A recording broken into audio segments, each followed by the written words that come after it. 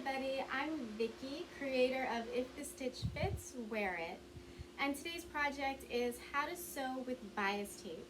So for today's project, you're gonna need the bias tape, some matching thread, your sewing machine, and the project that you're working on.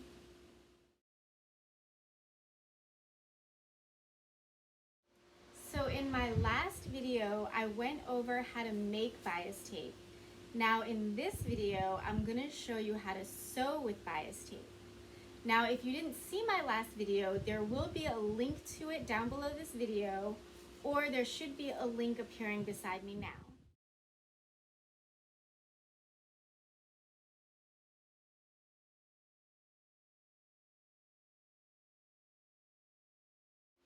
So I have here a half finished pot holder that I'm working on, and it's round because I wanted to show you how well the bias tape works with curves in the fabric.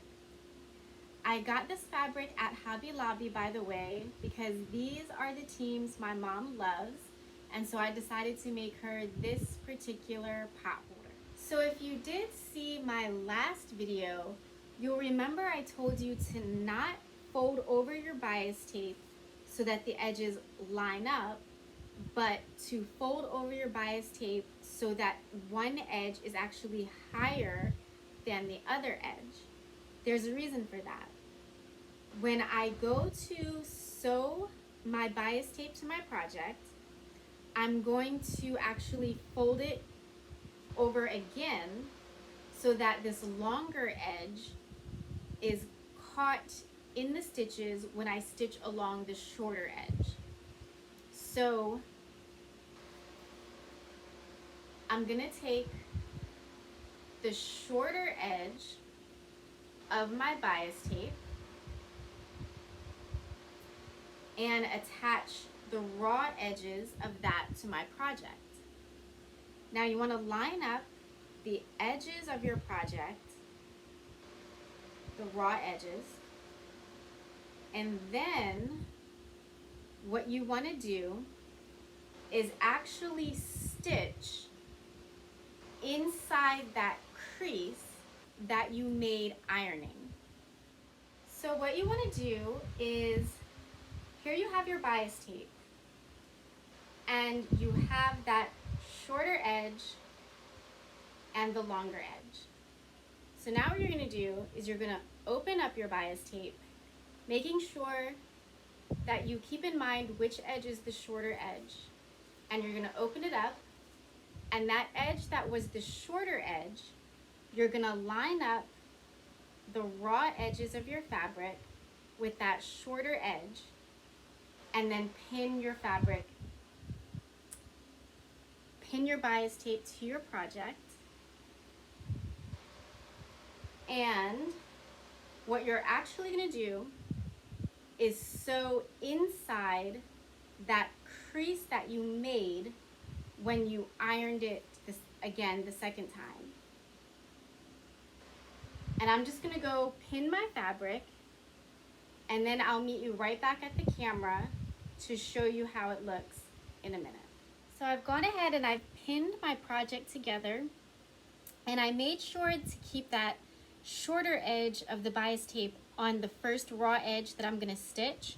And I even took the time to highlight inside that crease, whereas I'm actually gonna be stitching is inside that crease and not directly on the raw edge, but inside the crease that I ironed out in my bias tape.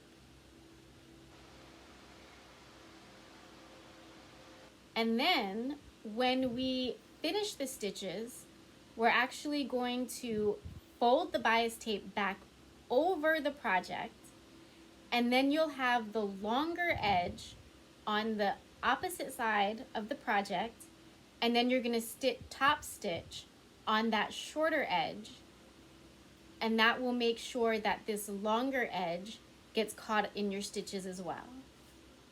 Now I've gone ahead and I stitched my bias tape to my project, and you see how the raw edge is still right here and my stitching is inside that crease there.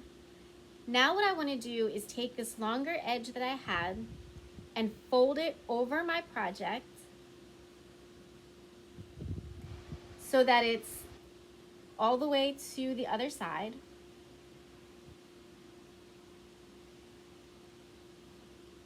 And now I have this part of the bias tape right under this edge that I've already stitched. So now what I'm going to do is top stitch along this edge, and I know that these back stitches are going to be stitched into the project as well. So I'm going to go pin my fabric, and I'm going to top stitch on here, and then I'll come back to show you exactly how the project turned out. So I've gone ahead and I finished up my project, and as you can see, I top stitched along that edge that I sewed within the crease of, and I folded my bias tape over to the back edge of my project, and you can see that the fabric was caught in the stitches as I was top stitching on this side. So I really didn't have to worry about whether or not the fabric was being caught in the stitches.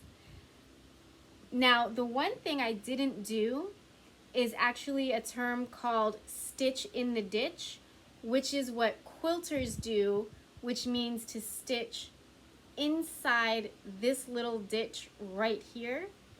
But we will cover that in another class.